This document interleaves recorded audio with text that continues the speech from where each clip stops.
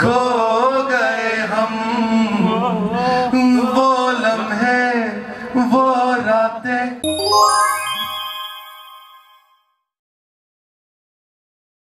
27 September রাজধানীর 300 ফিটের ঢাকা এরিনায় অনুষ্ঠিত হওয়ার কথা ছিল পাকিস্তানের ব্যান্ড দল জালকে নিয়ে লিজেন্ডস অব দ্য ডেকেড শিরোনামে কনসার্ট, কিন্তু বৈরী আবহাওয়ার কারণে কনসার্টটি স্থগিত করেছে আয়োজক প্রতিষ্ঠান। শুক্রবার এক বিজ্ঞপ্তিতে কনসার্টটি স্থগিত করার বিষয়টি জানিয়েছে প্রতিষ্ঠানগুলো। এতে অংশ নিতে পাকিস্তানি জাল এখন ঢাকাতেই অবস্থান করছেন।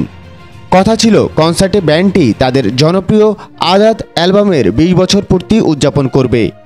এই কনসার্টে আরও থাকবে অর্থহীন, ভাইকিংস এবং কনক্লুশন ব্যান্ড। গতকাল 26 সেপ্টেম্বর জালসহ অন্যান্য ব্যান্ড দলগুলো ঢাকার লা মেরিডিয়ানে অনুষ্ঠিত এক সংবাদ সম্মেলনে অংশগ্রহণ করেন।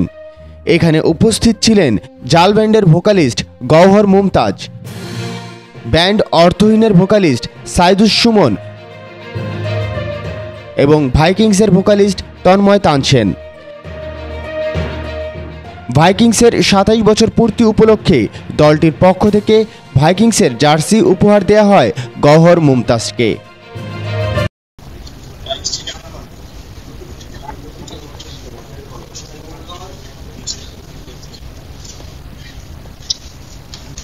Already he's quiet.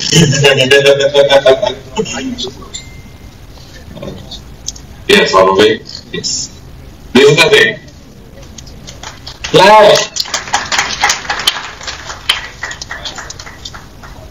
এদিন জাল ব্যান্ডের প্রাক্তন ভোকালিস্ট ও তুমুল জনপ্রিয় গায়ক আতিফ আসলামকে নিয়ে নিজের অনুভূতি জানান গওহর মুমতাজ। তিনি বলেন, একজন বন্ধু হিসেবে আতিফ আসলামকে মিস করি, একজন মিউজিশিয়ান হিসেবে তাকে প্রশংসা করি, তবে ব্যান্ড দল জাল তাকে মিস করে না।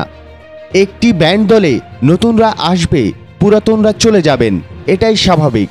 এসব চড়াই উতরাই পেরিয়েই এগিয়ে যেতে হয়। স্থগিত হওয়া কনসার্টটি কবে অনুষ্ঠিত হবে তা পরবর্তীতে জানিয়ে দেওয়া হবে।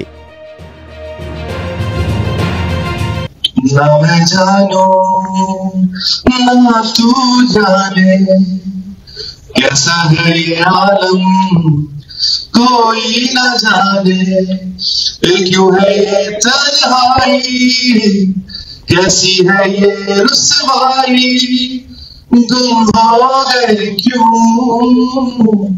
खो गए हम, वो लम्हे वो रातें कोई न जाने, कैसी बातें वो बरसाते, वो भी याद। Thank you. I realize it in the middle of the performance to add these things.